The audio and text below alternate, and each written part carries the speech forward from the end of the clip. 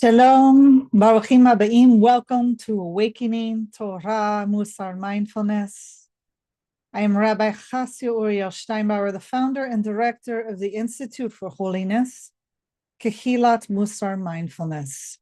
You are joining us during our weekly public offering known as Awakening, where we seek to learn from our ancestors and God what it is that will awaken us on this path towards holiness of Mussar mindfulness, the practice of Mussar in the Jewish tradition and mindfulness coming out of Theravada Buddhism, this wonderful synergy of learning from two ancient traditions. So this week we are focusing on Parshat Balak. This was a few weeks ago on July 20th, 2024. Took place on Yud Daled of Tammuz, the previous Hebrew month of Tafshin Pei Daled 5784 of the Hebrew year. So as usual, we will cover our kavanot, our intentions for today's session. If you are joining us live video right now, live stream, or watching later, you will see me share the screen right now. For those of you listening by audio and podcast later on, you will hear me summarize these three. We see this path as a threefold path of radical self-care, of caring for the other, and our relationship with the divine.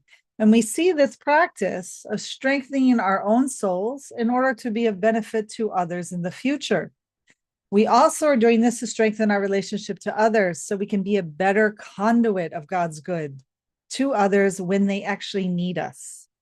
And finally, to strengthen our relationship with God, however we may define the divine or that relationship, we really want to strengthen it, explore it, have it develop, have more intimacy, so that we can be a better conduit of the shefa, of the abundance and good that God gives to others when they need us, through us. So those are our intentions, our kavanot for our practice. I stopped sharing screen for those of you watching by audio who have video. So welcome to our live stream today on Sunday, August 11th, 2024. It is around 5:46 p.m. here in the Galil in Israel. It's my intention to cover a summary, short summary of the Parsha, and then to delve into what I think we need to get the most out of this Torah portion this year in particular, as this year is dedicated to the coping with, if not healing from and thriving, surviving, healing from the genocide of October 7th. Caused by Palestinian terrorists and other proxies of Iran to the people inside the state of Israel. So what happened in this Torah portion? What happens in Balak? Which, by the way, I believe, just going to double check this, this is going to be our 40th sitting together. So Balak. So this Torah portion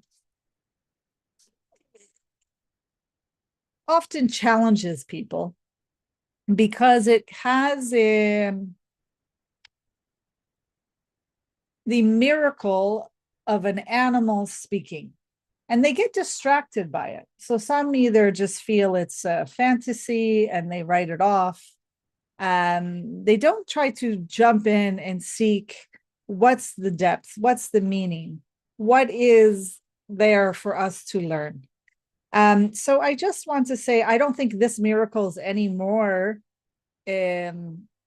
unbelievable than, say, the splitting of the Sea of Reeds, or taking a whole saving a whole population from the institution of slavery in Egypt, or any of the other, the man coming down from heaven and then feeding the people with quail, all the things that we know about from the Torah. So let's give a quick summary. Balak, who is Balak? He is the king, the melech of Moab. And he actually sees Bnei Israel, the children of Israel, coming through the wilderness, and he is afraid, and he wants to curse them. He fears that they're just going to colonize and take over, and he wants to curse them, thinking that that will weaken them, and then his people and armies can go down. So he sends for help from someone named Bilam. Okay, Bilam. He is known for cursing people. It's interesting that that's a bit of a profession back then, right? And you're known as the person that people can go to to hire to curse people. So Hashem, God, the God of Israel, says no to this. He has a relationship with Bilam, and Bilam tries to get a different answer, similar to when a child is trying to negotiate or manipulate with a parent to get the response that they want. And that's what we see Bilam doing. Eventually, actually, God says yes, like a worn out parent, as long as Bilam only says whatever God tells him to say. Okay? A little bit of questioning if there's free will here. Bilam sets out to meet Balak, and God sends an angel with a sword to stand in his way, and only Bilam's donkey can see it. The donkey swerves off the road, then squishes into a wall, and finally stops and sits down. The donkey doesn't want to be hit by the sword. The donkey can see the angel with the sword before him, whereas Bilam cannot. Bilam actually goes ahead and is violent with the donkey. He hits the donkey, and then God allows the donkey to speak in a language in a way that Bilam can understand. And it actually says, what have I done to you that you've hit me these 3 times? Not necessarily what I would think those would be the words coming out of the donkey's mouth, but we're in story mode. God reveals the angel then in that moment to Bilam. He must hear the miracle of a donkey speaking, believe it, convince himself that he really did hear what he heard, in order to see the miracle before him of the angel with the swerving sword. The angel criticizes Bilam for hitting the donkey and emphasizes that Bilam must only speak God's words. Balak and Bilam meet up. Balak is ready for Bilam to curse the children of Israel, Bnei Israel. But whenever Bilam opens his mouth to speak, only brachot, only blessings come out. After this happens 3 times, Balak sends Bilam away in a fit of anger and rage, to be honest with you. He's so frustrated that he didn't get what he wanted, even though Bilam told him he can only speak what God says, not being fully transparent that God is only going to bless these people and protect them, which he knew. So some of Bnei Israel, the children of Israel, at the very end of this Torah portion, end up worshiping another god, a false god known as Baal Peor. And this enrages the God of Israel. God sends a plague. And Pinchas, as you might recall, is the grandson of Aharon, of the former high priest. He is the son to Elazar. And he, who has just been commanded with the other leaders to basically kill the leaders who are involved in this worship of this false god of Baal Peor. Pinchas witnesses one of the children of Israel, a Jew, taking the high priest's daughter of the people of Moab Midianites, and takes her in front of this Jew with this priestess, walk in front of Pinchas and Moshe and all the other elders. The best way you could think of this is in one of the most grotesque forms of arrogance, of walking in front of them, kind of parading, showing her off in front of his companions. We'll actually look at that verse. And then entering a tent in order to engage in what we might call kind kind of cultic, ritualistic intercourse, some form of sexual act, which was common to the people of Midianite and the Moab at the time. So Pinchas witnesses this as the next in line to be high priest, and he goes in and he kills both those people at once in the middle of their sex act. And when he does this act, it actually stops the plague. It's similar to what his own grandfather had done, but instead with fire pans. You may recall when the 250 people who were leaders of the children of Israel challenged the leadership, almost like a coup d'etat, with, you might recall, this whole thing happening with Datan and Aviram, and of course Korach. That a plague is sent to kill all the rest of the people, and Aharon, with his own fire pan, which God has selected, as showing that he has selected Aharon for his service as the high priest, he is able to stop the plague, to put it into check. Now, Pinchas, his grandson, stops the plague through an act of violence. And we'll explore that. We'll explore that in depth. So this is what happens in this Torah portion called Balak. That is our summary. Okay. Now, what do I want to share with you about this? You have to look very closely at the language. So let's first see where we are. We're in the book of Bamidbar, which is called Numbers in Anglit, in English. We're in chapter 22, starting with verse 2, Bet, through chapter 25, verse 9. And if I want to take you to this exact location in chapter 25, starting with verse, I think it's verse 4. Let me see here. Yes, in verse 4. Okay. So here, Hashem, it says, Vayomer Adonai al Moshe, Kach, take, right? Kol Rashi Ha'am Vehoka Otam LeAdonai Negid Hashamesh. Okay, so what is he telling him to do? Take all the ringlers, the people who are ahead of this people, of the nations, right? And basically hang them, impale them, right? And publicly impale them, hang them. And why? What's the purpose of this, right? When it says here, "Vayashov Haron Af Adonai mi Israel," in order to turn away, right, from Shin Samak Samak, to turn, Shin Vet Vet, to turn away the wrath, the wrath of Hashem from the rest of Israel, because that's the purpose. So all the people that were considered leaders of the children of Israel who were involved in turning the people towards the false god of Baal Peor shall receive this death sentence, correct?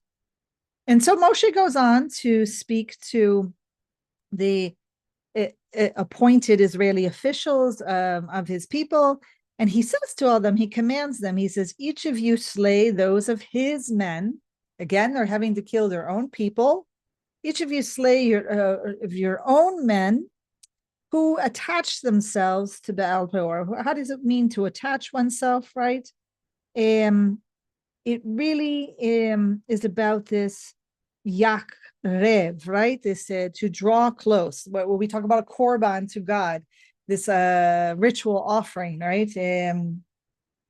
This is how they drew close to the false god of Baal Peor. And then what happens? If you're following, we're on verse 6.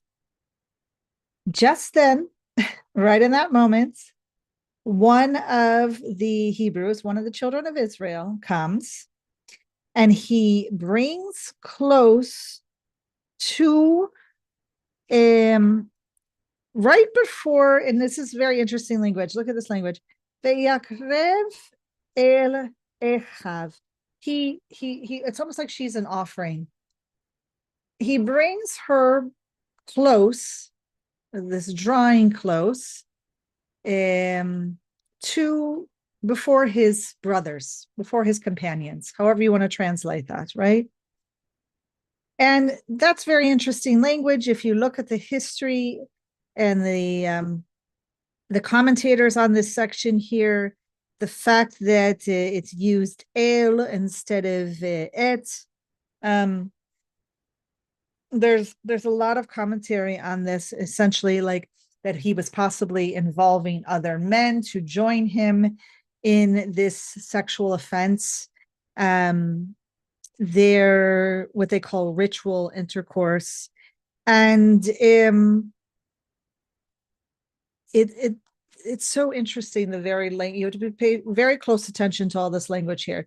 So he kind of parades her in front of his companions, and does so obviously to elicit something from them.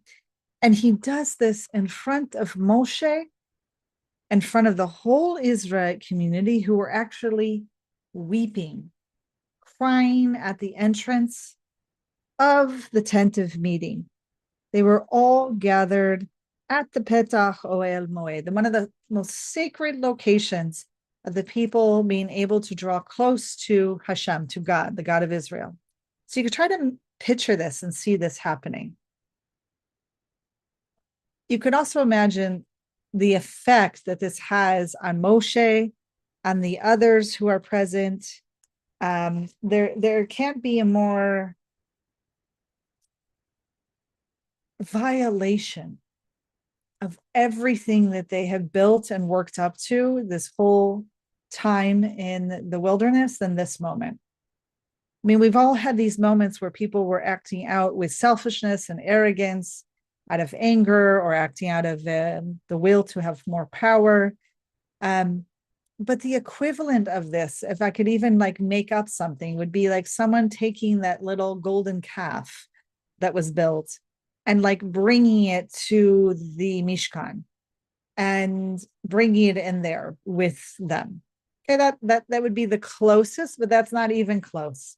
Because as you know, from what we've taught before in ancient Near East literature, this idea that you would attach yourself, and even through ritual sexual acts, which is not done in the Mishkan or among the children of Israel, that you would do this is a signal to God that you have chosen to betroth yourself, to commit to be with, to draw near to that other God and the other people. They're not separate. To worship that other God is to tie and attach yourself to the other people.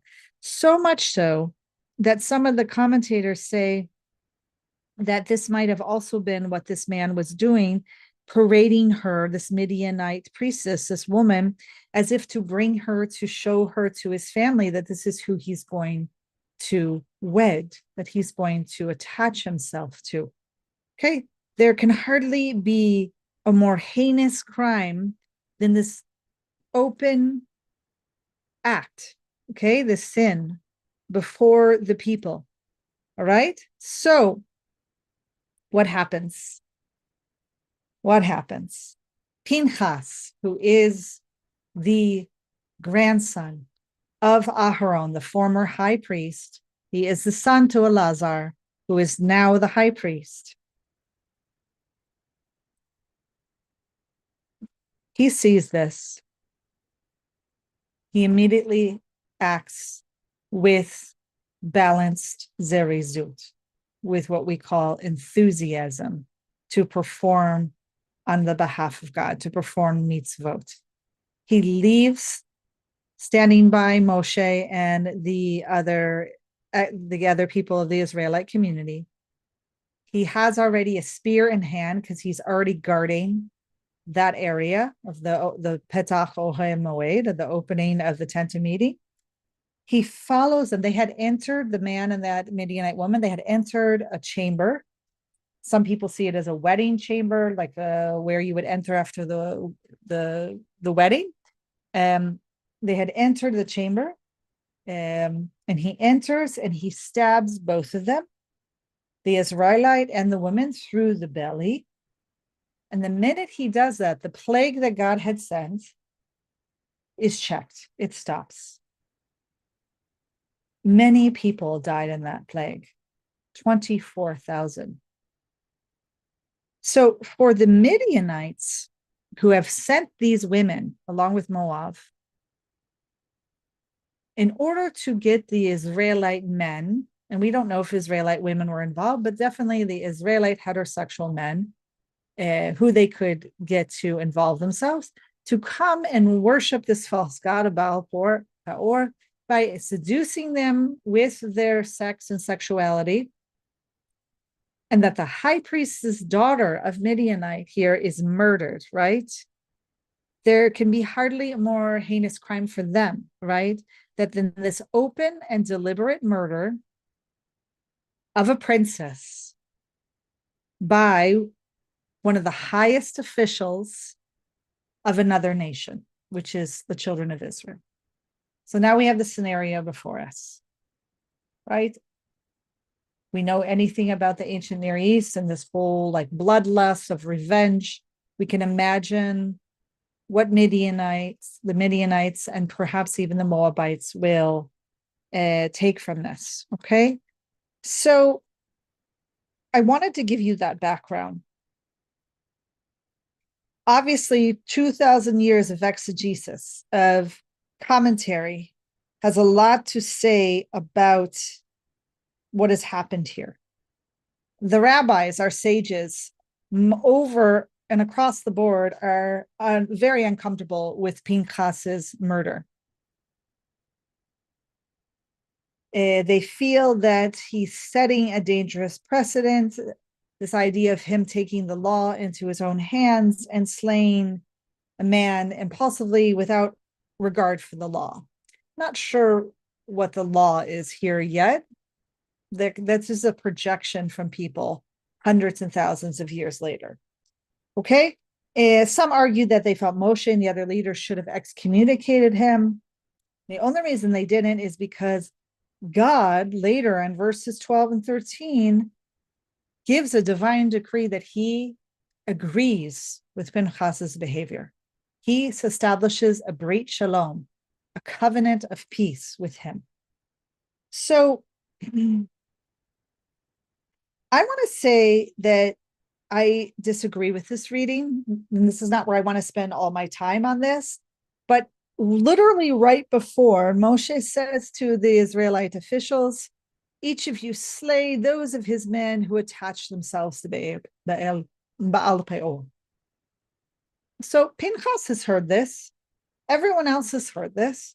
Here comes a man who has obviously attached himself to Baal Peor in the most heinous, arrogant way, creating this woman who does not belong to the children of Israel, right in front of their most sacred location before entering into the Mishkan, enters a chamber. These chambers, the Kuba, are known among pre-Islamic Bedouin tribes. These kind of little private tents, which could have been the marriage canopy.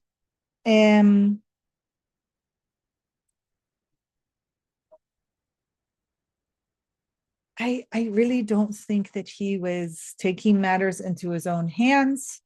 I think if you're present in that moment and he was part of the people who suddenly decided to go ahead on God's command to murder those or kill those who were involved, who had attached themselves to Baal Peor, and that is what he did. You have to think about the role of the priests, right? And the center of the Mishkan. They are there. They are they're warriors. We don't think of priests this way today, but they are warriors, surrounded by even more warriors of the Levites, and then all the children of Israel around it. Okay, so his job is to protect it and to attach himself to the God of Israel. Okay, so just know that there's this really rich, long history where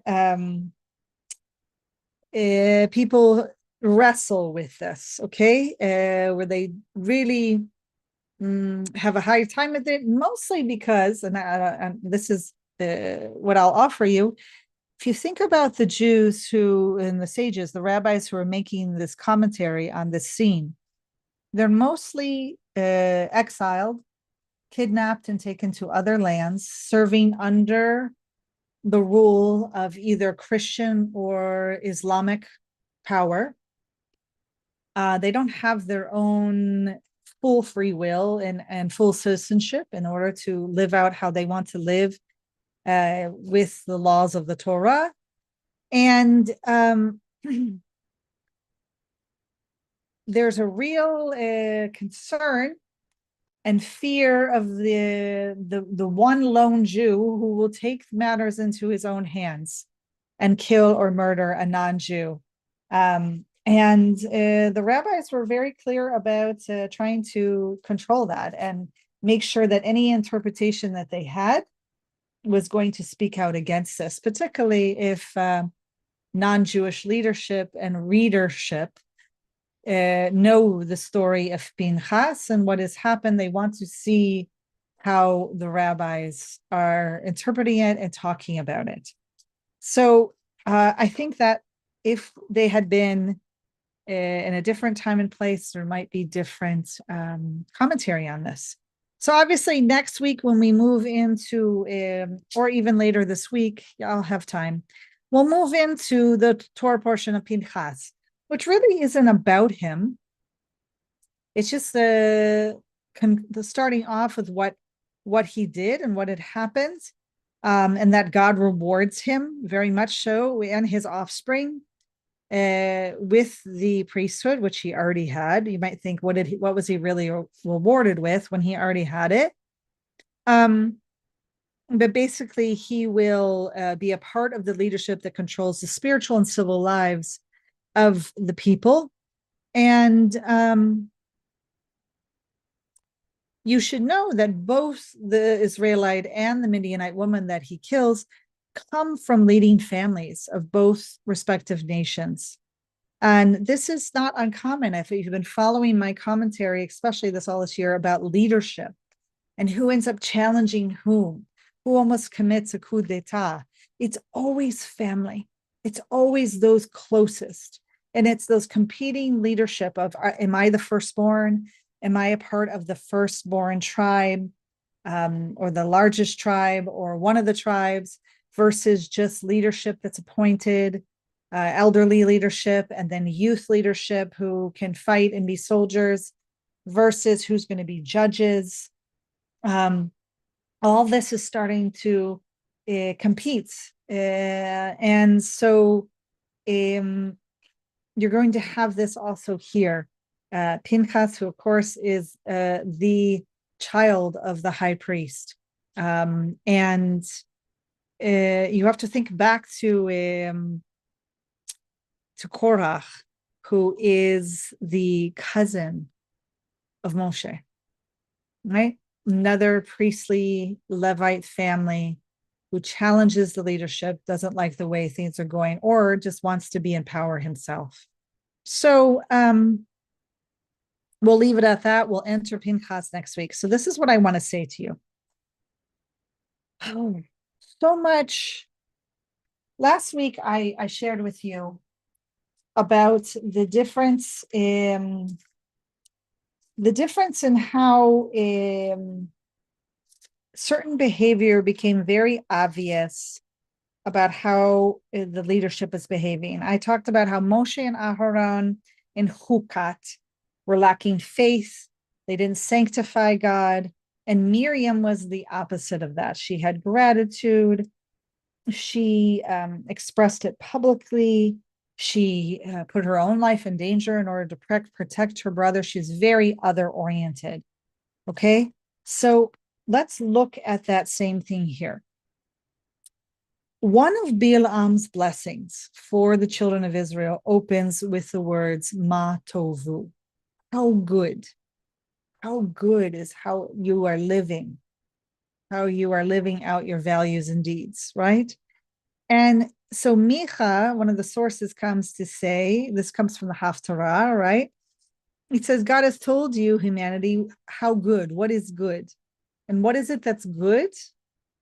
What is it that's good? Mishpat, justice, v'ahavat chesed, that you shall love loving kindness, giving it to others, being other-oriented. V'hatznea lechet im Elohecha, right? This you shall walk modestly with God. And obviously, different people come later on. 300 years ago, the Metzudat David decides to try to figure out what does it mean to walk modestly with God, and he feels that you're performing the mitzvot in a humbling way, not in a showy way. And Radak from France 800 years ago feels that it really means accepting God fully in one's heart and loving God, and that it's in the heart and it's private, and that's what modesty here means. And so everyone has kind of their interpretation of what these things mean.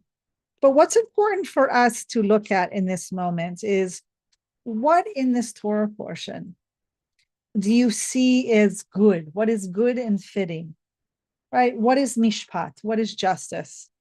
What is loving kindness? And what is walking modestly with God?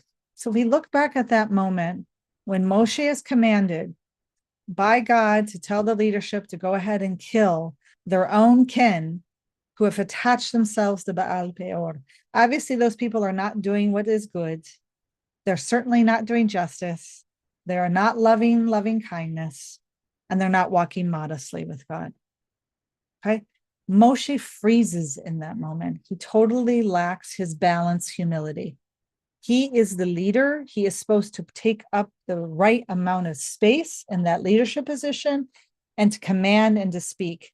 And what happens when that Israelite comes with the Midianite priestess marching in front of them is he freezes, absolutely freezes. He's there to witness the sacrilegious act.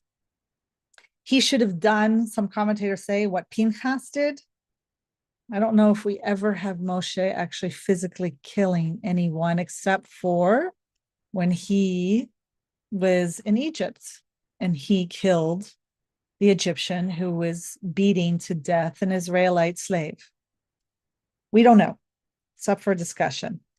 So the people are weeping. He witnesses this act, and Moshe freezes. We talk about traumatic acts of like responses to it when you're just totally overwhelmed and don't know how to behave. He freezes. He's like the deer in the headlights. Doesn't move, right? Pinchas, who's young, full of vitality, is so sure of himself. He's totally centered. He knows what's expected of him. He's just been commanded to go ahead and kill those who attach themselves to Be'ator. He acts on it immediately. He does this for God. He knows what he's supposed to do. That is someone who is doing justice according to what they understand justice to be. Us looking back on it now might be deeply uncomfortable with the act, but that is the act of justice. He does that act. He loves loving kindness. He loves God. He loves his people. He wants to do what's right and protect people. And of course, walking modestly with God. After he kills the two people, the plague is stopped. He doesn't kill anymore. He helps the situation. He stops it. He brings back the rule of law. Everything pauses.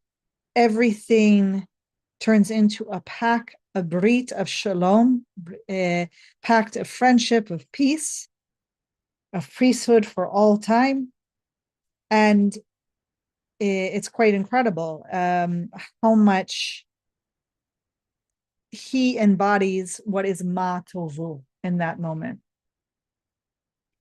So why is this important to us today? Today, we may have very completely different ideas of what it means to walk modestly with God. what it means to love loving kindness and what it means to do justice. We must be very clear about this. And when we are clear and centered of heart, knowing that we are serving God and others, we act. We act with zerizu, with balance, enthusiasm. We do the difficult deed. We do what Moshe perhaps should have done.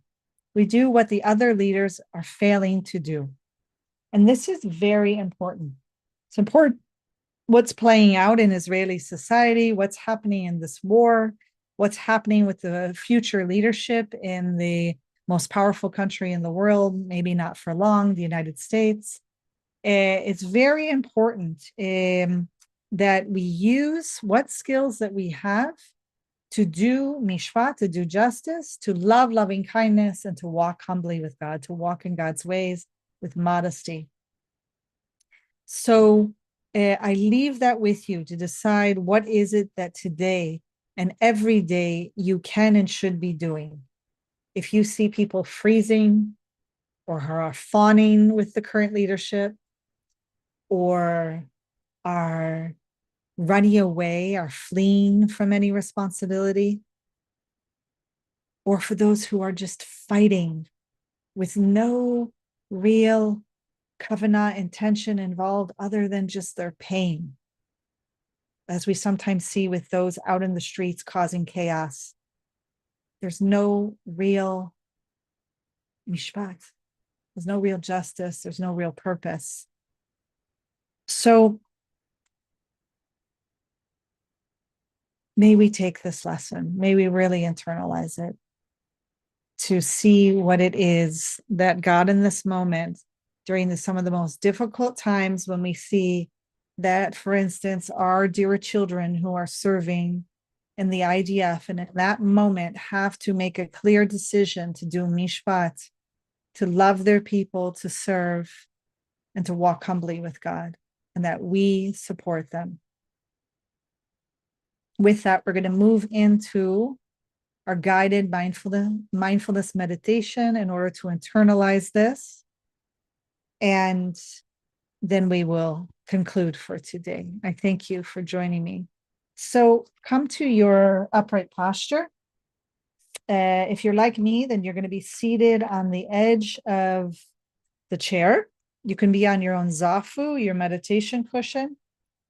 You can be walking back and forth, walking nowhere in particular. You could be standing in a strong mountain pose so that you don't swayed by any lack of shavui mishkal, a lack of equilibrium and balance. And you could also be lying down. I just encourage you to keep your eyes open so you don't fall asleep.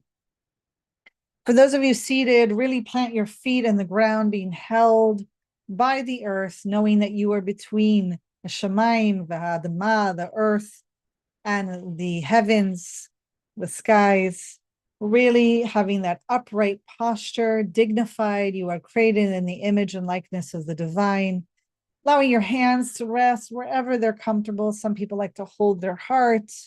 Some people rest in their lap. And really allowing your eyes to close if you have vision and you feel safe and comfortable. Otherwise, just lowering your gaze and invite the gift of oxygen, a deep inhalation and exhale. Inhalation and exhale. Inhalation, this last one, raising up the shoulders. And exhale, letting them drop. How good it is to be alive. Matovu, how good it is to be present, to be here together in our practice. How good it is. Mishpat, ahavat chesed.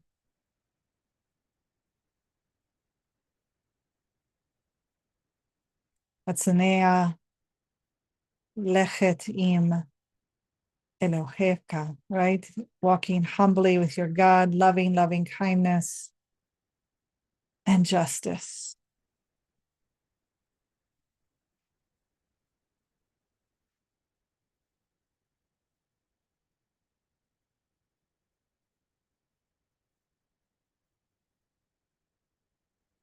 Bringing your full loving attention to this present moment.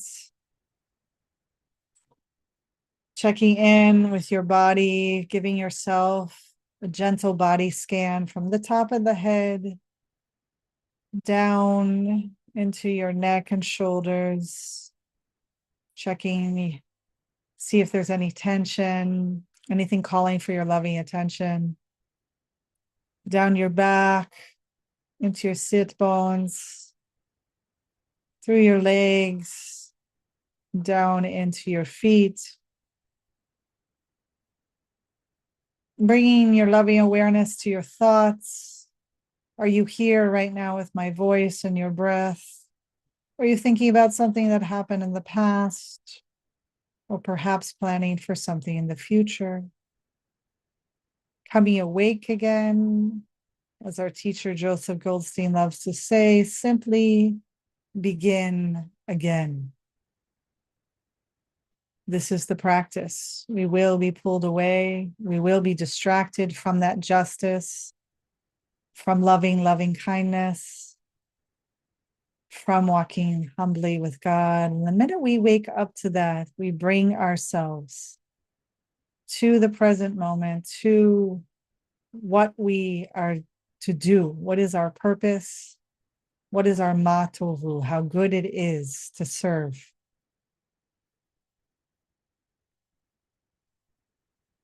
This is what's so important. One of the key benefits of this daily mindfulness meditation practice is this strengthening and training of the mind so that you can apply it off the cushion. Practicing mindfulness throughout the day in alignment with your Mussar values, this beautiful Torah, Dharma, being able to be present with your values and living them out. Also bringing your loving attention to any emotions that are unpleasant or pleasant or neutral, that are kind of flowing through you.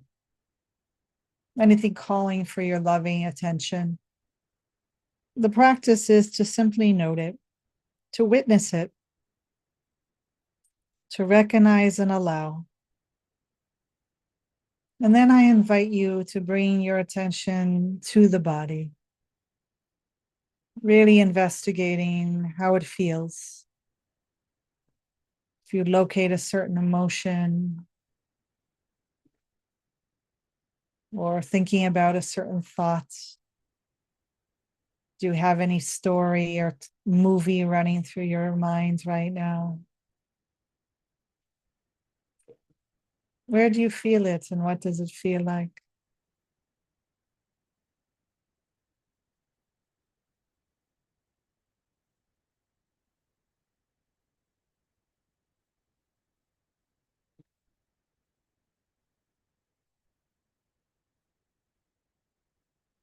Knowing that you are not your thoughts, you can witness them without over-identifying with them, or you can witness them without practicing aversion, without pushing them away, being in denial with whatever arises. If something arises that makes you uncomfortable, can you be with it? Ask yourself, can I be with this?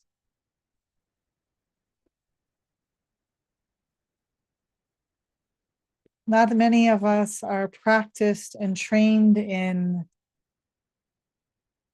how to be a soldier, as we are here in the state of Israel, where we must act and sometimes even kill,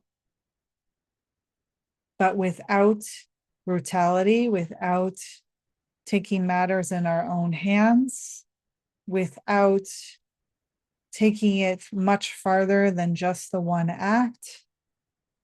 I think what people fear in Pinchas so much is this fear of the zealous one who will constantly take matters into their own hands or be rewarded, and then therefore there will be more Pinchases in the culture and society. That is the fear. So we have to recognize, do we have that fear in us? Do we feel it?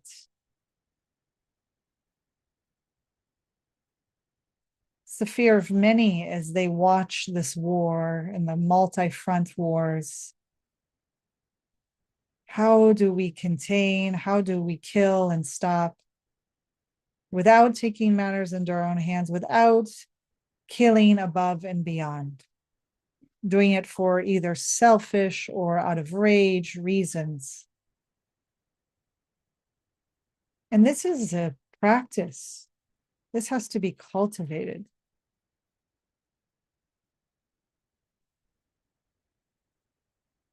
This requires a very strong institution of mishpat, of justice, and living by rule of law, which we have here, where there's oversight, watching what is done, holding ourselves, our children, our soldiers, our leaders accountable, whether it's today or tomorrow. This is what it means to live by mishpat, to walk humbly with God, to make sure that we're acting contained with the amount of space and place that we take up. And what does it mean after defending your land and your people to be able to open your heart to ahavat chesed, to love with loving kindness, to receive that love and to give?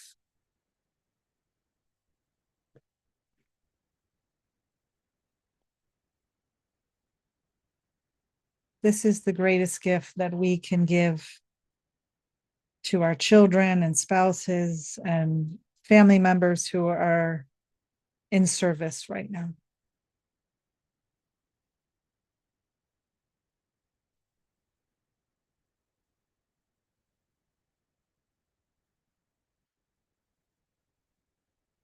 So allowing yourself to really come to this nurturing, compassionate position.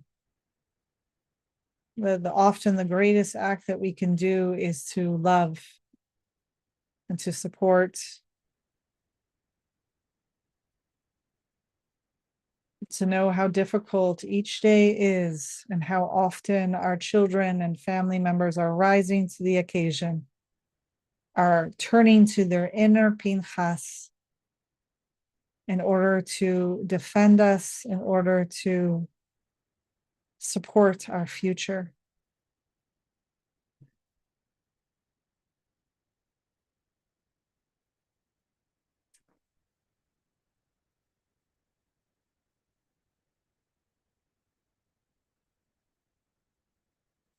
And I encourage you, after we come out of this meditation, to spend time in a cheshbon hanefesh journal practice and an accounting of the soul journal practice, where you write down what this is like for you.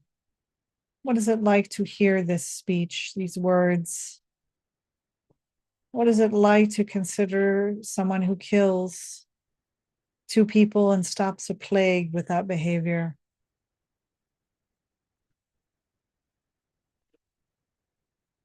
Notice especially the desire, the attachment to wanting things to be different than they are, to wanting things to be the way you wish them to be,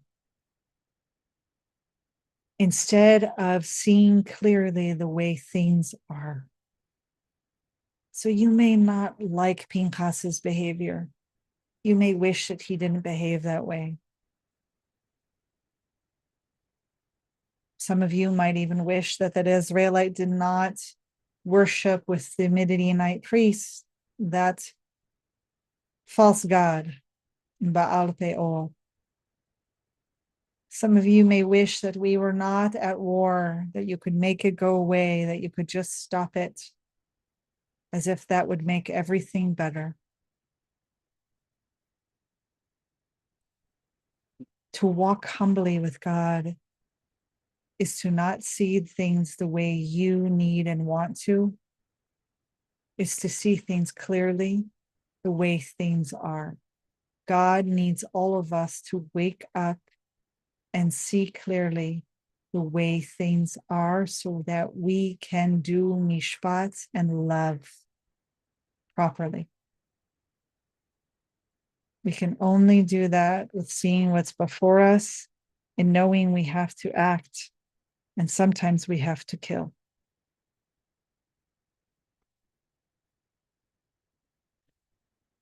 So being very careful to pay attention to that strong urge to want things to be different than what they are. So much so you could live your whole life based on that, the whole direction of it, causing much harm and suffering along the way. We'll spend the next minute in silence, and then I will ring the bells to pull us out of this meditation.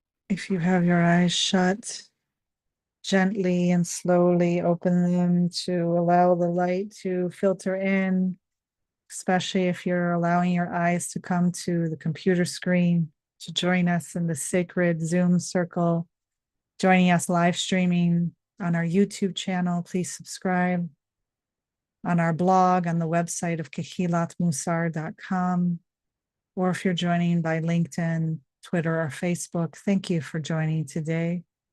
Very grateful for this path and practice. So it is my practice to bow to God, to our ancestors for passing these traditions down to us.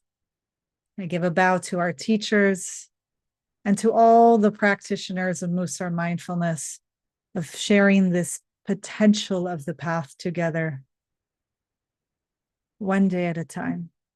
Absolutely. So sending strength and resilience to all of you. We will connect soon.